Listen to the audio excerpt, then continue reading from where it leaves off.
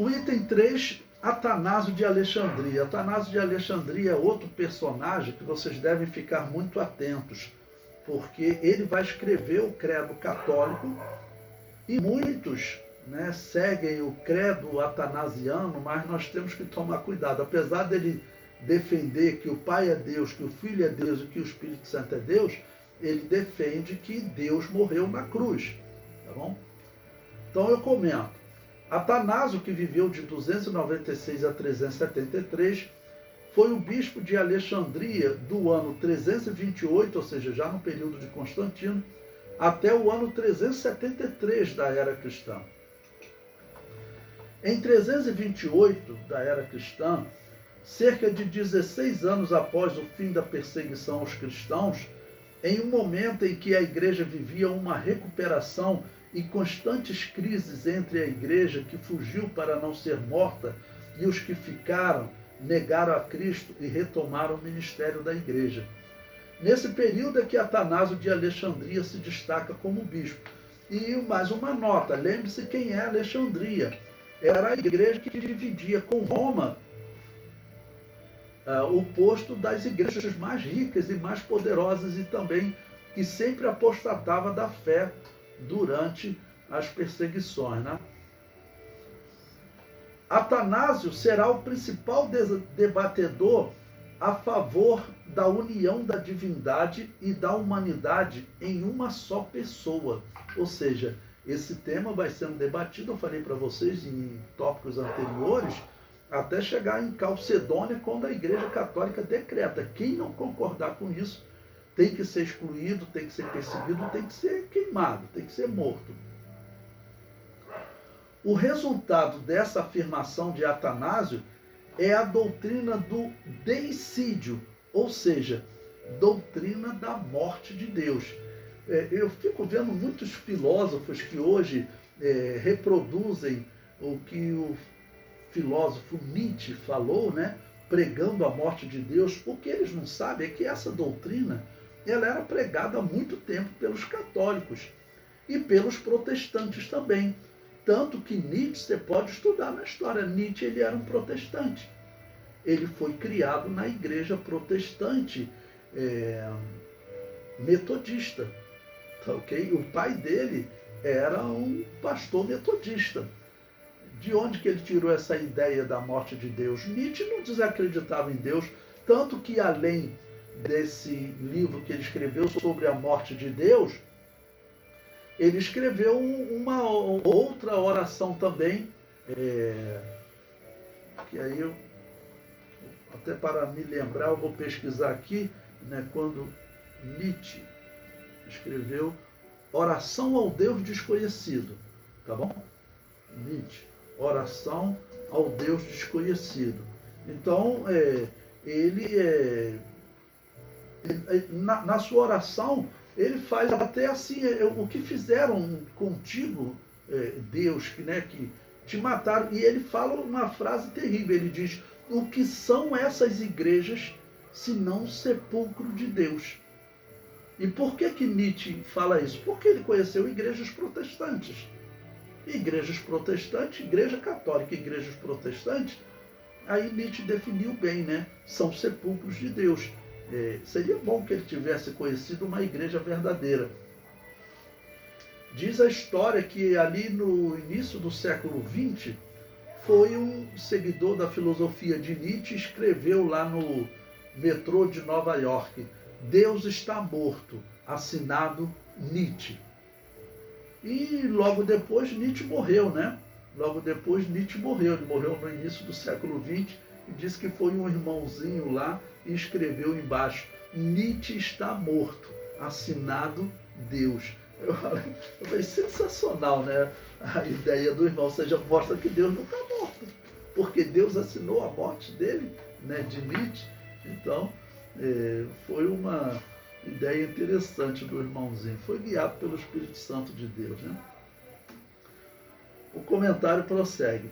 Após a morte de Constantino, em 337 da era cristã, a igreja de Alexandria passará para o controle de Constantinopla, Por que isso, irmãos? Porque nós veremos, 337, Constantino morre, o Império Romano é dividido entre os filhos dele. É importante também sinalizar que nesse período, Constantino, como católico ou como cristão, como alguns chamam, né? Ele mandou matar o seu filho primogênito, porque a mulher dele, a segunda mulher dele, disse que o filho teria tentado seduzir ela. Aí ele mandou prender o menino. Aí a mãe dele falou: você tá louco? E se essa mulher estiver mentindo para favorecer os filhos dela, né, para que eles governem, porque vai ser o seu primogênito? Aí ele vai, não, mandou os soldados lá na prisão, que ele tinha dado ordem para prender e matar, né? Depois do tempo matar. Aí, mas quando chegaram lá já tinha matado. Aí ele ficou revoltado, matou a mulher também. Então o homem não tinha nada de cristão, sem contar que ele morre no ano 37 e até o ano 37, até o ano da sua morte, ele continuou como pontífice máximo da Igreja Católica, mas também ele era o pontífice máximo do demônio, isso a história comprova. Tanto que ele participou, no ano da morte dele, ele participou da inauguração de templo dedicado ao demônio, templo pagão, tá bom? E ele atuou como sumo sacerdote lá, como pontífice máximo. Você vai dizer que esse indivíduo era cristão? É claro que não, né? Mas quando ele morre, o império dele é dividido entre 3 filhos. Depois um morre e vai ser dividido então entre 2 filhos, ok? Mais ou menos como foi antes de Constantino. Antes de Constantino, o Império Romano estava dividido. Chegou a ficar dividido entre ele e Licínio. Depois ele tomou conta de todo o império. Mas os filhos dele, então, vão dividir principalmente em 2. E nesse período, essa igreja ela vai, então, ficar ligada ao imperador de Constantinopla, porque aí tinha 2 imperadores. Um imperador em Roma e outro imperador em Constantinopla. E o que eu vou contar agora é que o imperador de Constantinopla ele vai começar a receber críticas, né? E ouvir pessoas que defendiam a doutrina ariana. Qual era? Você não pode dizer que o Deus eterno e imortal morreu na cruz. Então o Ário tem que estar certo, dizer que quem morreu na cruz foi um Deus menor. E acaba que ele começa a ter tendências arianas. Não? E acaba que os católicos romanos vão acabar sendo perseguidos, uma confusão generalizada. Bom, vamos prosseguir. O comentário diz: os imperadores se dividirão, alguns a favor de Atanásio e outros a favor de Ário. O que resultará em diversos exílios para Atanásio. Atanásio vai acabar sendo perseguido, porque ele defendia que o Deus eterno morreu na cruz. Tá bom? Em uma das muitas confusões envolvendo Atanásio, os católicos romanos incendiaram a igreja de Alexandria. Veja esse texto que eu coloco aí para vocês, né, que foi contado por um historiador que escreveu no ano 447 da era cristã, Sosômeno, tá bom? Veja o que ele diz. Foi um historiador que viveu próximo, né? Escreveu em 447, cerca de 100 anos depois. Após o sínodo, Gregório dirigiu-se a Alexandria com um grande corpo de soldados. Olha só o que é a Igreja Católica Romana, né? Que foram encarregados de fornecer uma entrada segura e imperturbável na cidade. Os arianos também, que estavam ansiosos pela expulsão de Atanásio, ficaram do lado dele. Por quê? Porque esse representante do imperador, ele era simpático ao arianismo, né? Atanásio, temeroso de que o povo fosse exposto a sofrimentos por sua causa, reuniu-os à noite na igreja, e quando os soldados chegaram para tomar posse da igreja, tendo concluído as orações, ele primeiro ordenou que um salmo fosse cantado. Durante o canto deste salmo, os soldados permaneceram do lado de fora e silenciosamente esperaram sua conclusão. E nesse meio tempo, Atanásio passou por baixo dos cantores e escapou secretamente, fugindo para Roma, Por quê? Lembre-se que eu falei para vocês, o império está dividido, porque aí Constantino morre, dos filhos dele, né, o de Roma continua sendo a favor do credo de Nicéia, que dizia que quem morreu na cruz foi o Deus eterno. Mas Constâncio II, que era o imperador de Constantinopla, da outra parte do Império Romano, ele já começou a defender que quem morreu na cruz foi um Deus menor que foi gerado, né? E prossegue. Dessa maneira, Gregório se apossou da sede de Alexandria. A indignação do povo foi despertada e eles queimaram a igreja que levava o nome de Dionísio, um dos seus antigos bispos. Bom, então isso foi relatado. Eu coloquei essa enciclopédia completa lá para vocês. Se alguém precisar, eu coloco novamente. Eu vou estar citando outros trechos dessa enciclopédia, né? E, agora, se vocês forem ler, vocês vão ver a quantidade de brigas entre eles, as confusões. Vai ter caso de o comandante do exército ser cercado por um grupo tão grande, ser morto e arrastado pela cidade. Tá bom? O comentário prossegue. Bom, antes de comentar, em 1969, teve um puritano que ele falou uma frase horrível, né? Porque os puritanos são protestantes, eles acreditam que essa daqui era a Igreja Católica, tá bom? Que era a Igreja de Deus. E todos esses exemplos horríveis, ele falou a seguinte frase: talvez não haja nada que tenha envergonhado, não haja nada que tenha envergonhado tanto a glória de Deus como a história do seu povo, a igreja, né? Eu sempre digo que esse historiador está errado. Então, esse historiador está errado, porque ele olha, como protestante, ele olha para a história da Igreja Católica como sendo a Igreja de Deus. Aí é essa história vergonhosa, né? Esse exemplo aqui, como vocês viram, era uma briga. Aqui já existiam duas igrejas católicas. A Igreja Católica Romana, que seguia o credo de Nicéia, e a Igreja Católica Ariana. Essa Igreja Católica Ariana existe até hoje, sendo que a Igreja Católica Romana vai perseguir ela, e eles vão organizar guerras entre eles, uma coisa horrível. Para o historiador que pensa ser isso aqui cristianismo, ele fica espantado, ele não quer saber de cristianismo, né? O comentário prossegue. Deixando de lado a visão católica romana e a católica ariana, analisemos Atanásio segundo a visão cristã. O grande problema da doutrina de Atanásio é afirmar algo que as Escrituras não nos autorizam a afirmar. Atanásio afirma que a união da pessoa divina com a pessoa humana em Jesus Cristo foi total, resultando na morte de Deus na cruz. Essa doutrina é absurda. Não? Bom, eu coloquei aí um texto também de um historiador que ele diz, né? Atanásio defendia a communicatio idiomatum. O que é isso? O communicatio idiomatum tem sua fonte na encarnação, onde o Verbo divino se tornou carne na pessoa de Cristo.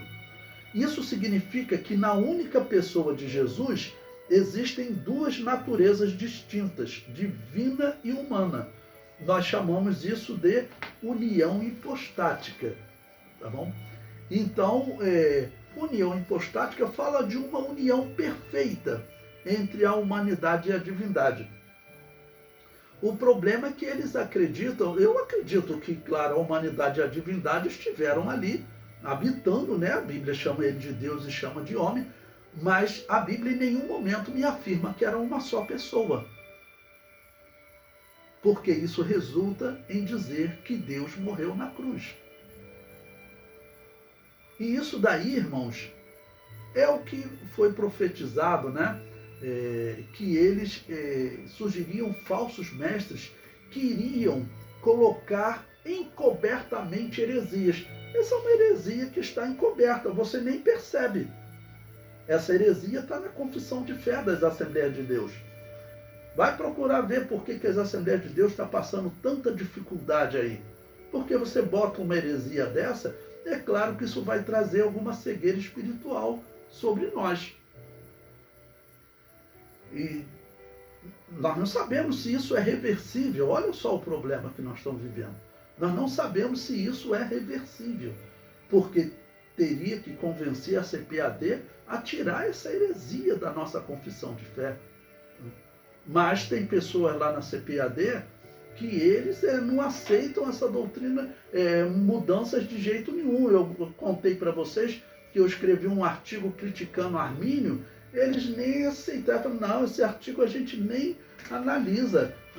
Se falar mal de Armínio aqui, nunca mais entra um artigo teu aqui. Aí me devolveram o artigo. Como assim? Você não pode falar mal de uma pessoa, não pode criticar uma doutrina? Ele é o quê? Ele está na mesma autoridade do apóstolo Paulo quando escreve uma epístola da Bíblia? Se eu criticar o apóstolo Paulo e o escrito dele, por exemplo, aos Gálatas, aí você fala assim, não, Levi, não quero nem ler o que você escreveu. Mas criticar Armínio, e Armínio, ele era um protestante, né? Ele batizava recém-nascido, a obra que a Assembleia de Deus traduziu dele, está lá, a defesa do batismo de recém-nascido. E esse homem não pode ser criticado entre nós. Então, bom, prosseguindo nessa doutrina, eu comento, olha, os protestantes seguem essa linha de pensamento. Olha o problema que você tem pela frente. Por quê? Porque a Assembleia de Deus hoje está se dizendo protestante. E os protestantes, eles pregam isso. Então, que é uma só pessoa, e principalmente pregam que Deus morreu na cruz. Basta você ver, na lição 6 do trimestre passado, eles já defenderam uma parte dessa doutrina. Eles disseram que Jesus Cristo, como Deus, foi tentado no deserto. Isso é heresia. Saiu na nossa revista de escola dominical. Isso foi ensinado aí pelo Brasil todo. Essa revista, ela é enviada até para igrejas de fora do país. Então, será que isso é reversível? Eu espero que sim.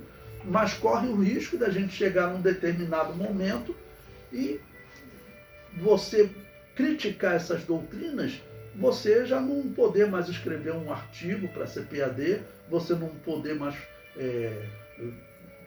ser recebido como um teólogo da Assembleia de Deus, corre esse risco, porque já está lá na nossa confissão de fé.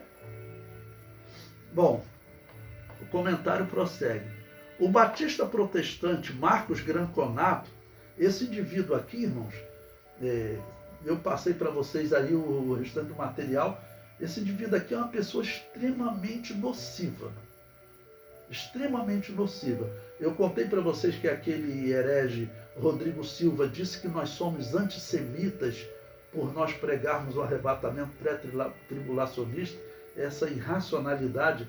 Mas acho que a pior coisa que eu ouvi de um protestante sobre a Assembleia de Deus foi o que esse homem aqui falou, e ele botou no artigo, no site da igreja dele, Igreja Batista da Redenção.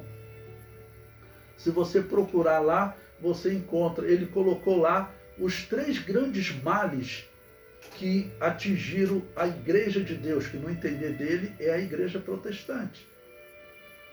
No entender dele, Lutero, Agostinho de Hipona, todas essas pessoas, mesmo segundo Calvino, eles praticando paganismo, no entender deles, eles são referências doutrinárias. Mesmo eles assentando-se à mesa do demônio, bebendo o cálice do demônio, usando a linguagem do apóstolo Paulo. Mas olha as coisas horríveis que ele falou. Ele falou de 3 males que atingiu a Igreja de Deus. O primeiro foi o paganismo, né, de Roma. O segundo foi o papismo. E o terceiro, o pentecostalismo. E ele ainda diz o seguinte: desses, o pior é o pentecostalismo. E esse homem, ele diz que ele é convidado para pregar na Assembleia de Deus. Só tem uma explicação para isso. Você chamar um pagão desse para pregar na Assembleia de Deus, A explicação são as palavras de Jesus, que ele disse que os filhos das trevas são mais prudentes que os filhos da luz na sua geração. É inacreditável. Esse indivíduo não era para ter oportunidade de jeito nenhum num púlpito da Assembleia de Deus. Aí você vai entender por que a Assembleia de Deus está essa confusão, porque coloca no púlpito um indivíduo que prega doutrinas heréticas, como eu vou agora citar palavras dele, ele defendendo a morte de Deus na cruz. Veja, botei o link aí, é um vídeo que ele está dando aula na escola Charles Spurgeon, e os alunos lá tudo batendo palma para ele. Né? Não sabe que estão indo para o inferno. É o que eu tenho que dizer. Né? Ele diz o seguinte: é correto falar, por exemplo, que Deus morreu.